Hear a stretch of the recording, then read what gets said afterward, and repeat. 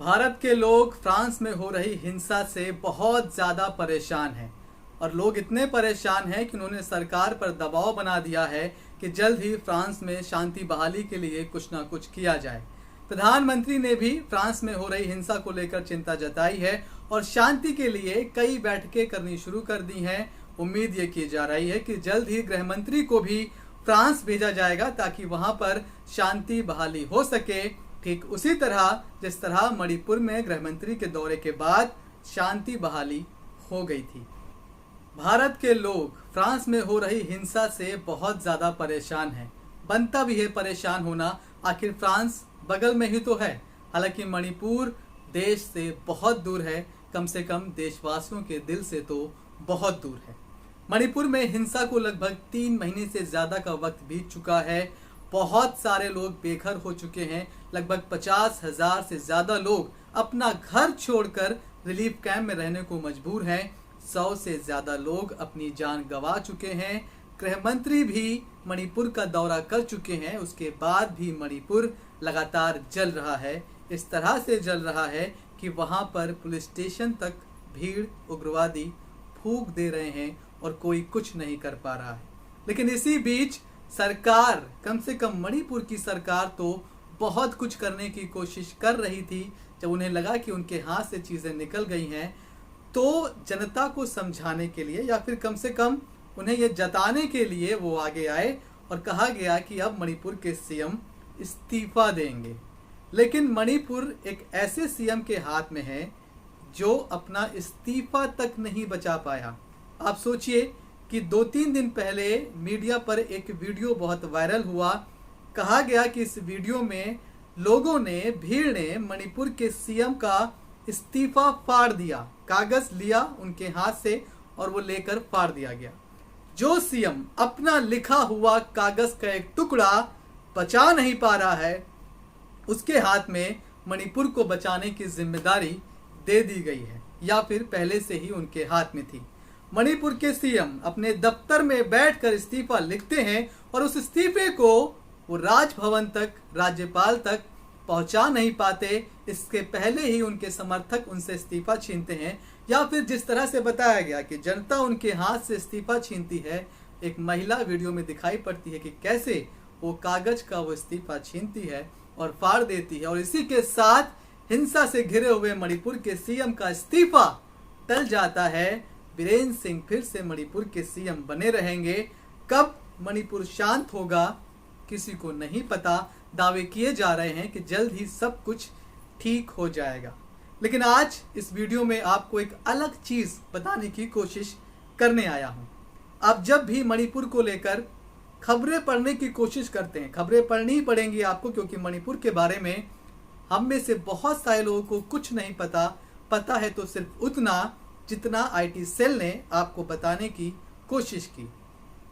मणिपुर में क्या हो रहा है समझने की कोशिश करिए। आप जब भी मणिपुर को लेकर खबरें कहीं पढ़ने की कोशिश करेंगे तो आपको एक शब्द जरूर पढ़ने को मिलता है कि मणिपुर में अचानक से हिंसा भड़क गई। ये बात बिल्कुल गलत है। मणिपुर में जो कुछ भी हो रहा है, जो कुछ भी पिछले 90 दिनों में, पिछले 56 दिनों में हुआ है, वो अचानक नहीं हुआ है। पूरी तरह से एक वेल प्लान था। जिस तरह से लंबे समय से बीजेपी की सरकारें और केंद्र सरकार लगातार 2 धर्मों के बीच में या फिर 2 संप्रदायों के बीच में नफरत के बीज बोने की कोशिश करते आए हैं, ये महज उसी पैटर्न का हिस्सा है।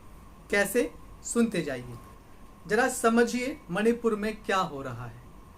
मणिपुर में आप ये समझ चुके होंगे कि अब तक 2-3 समुदायों के बीच ये हिंसा भड़की हुई है। सबसे बड़ा समुदाय मैतेई, उसके बाद कुकी और नागा जो कि एक तरफ है, मैतेई एक तरफ है। मणिपुर में मैतेई आबादी 53% से ज़्यादा है जो कि मैदानी इलाके में रहती है। कुकी और नागा की जो आबादी है वो लगभग 30% के आसपास है।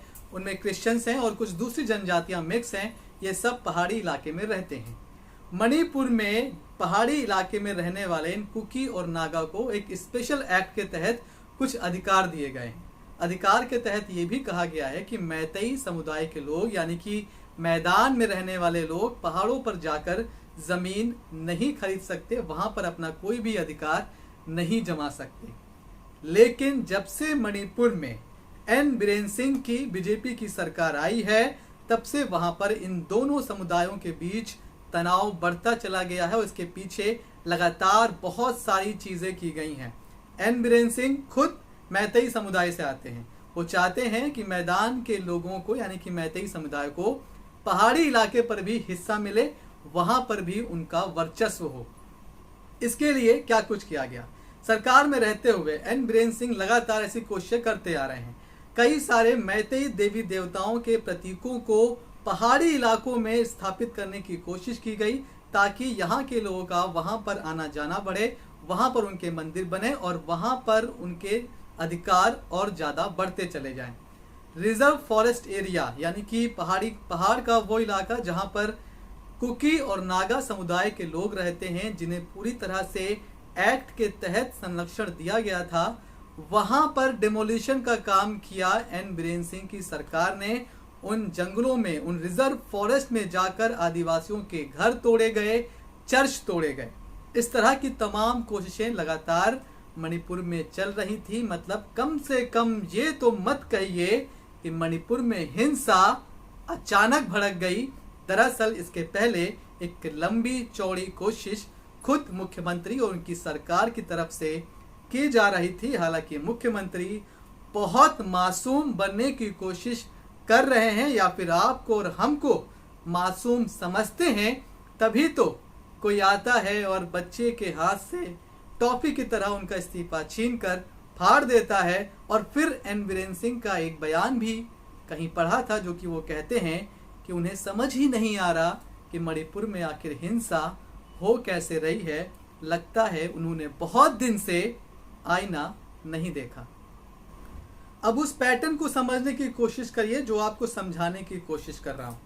आप लगातार कई राज्यों में ये देखते आए हैं कि चुनाव के वक्त या फिर चुनाव के ठीक पहले दो संप्रदायों के बीच ऐसे माहौल पैदा करने की कोशिश की जाती है जिससे उनके बीच हिंसा भड़क जाए, या फिर कम से कम दो समुदायों के लोगों के बीच आपस में अविश्वास का भाव और ज्यादा बढ़ जाए, तनाव और ज्यादा बढ़ जाए, या फिर सरकार की नीतियों के खिलाफ जो कोई भी विरोध करने के लिए आगे आ जाए, सड़क पर आ जाए, उसको किस तरह से आप आतंकवादी करार देते हैं, उसे किस तरह से आप हिंसक करार देते हैं, उसे किस तरह से आप देशद्रोही करार देते हैं।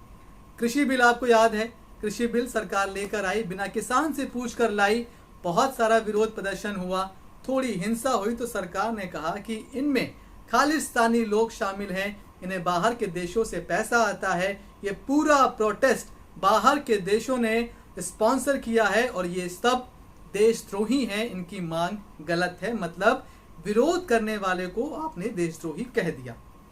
इसी तरह से जब CA/NRC के खिलाफ जगह जगह प्रोटेस्ट हो रहे थे, शाहीन बाग हुआ, तो वहां पर भी आपने कह दिया कि इन्हें PFI से पैसा आता है, कई सारा विदेशी फंड आता है, ये सब के सब आतंकवादी हैं और ये देशद्रोही हैं।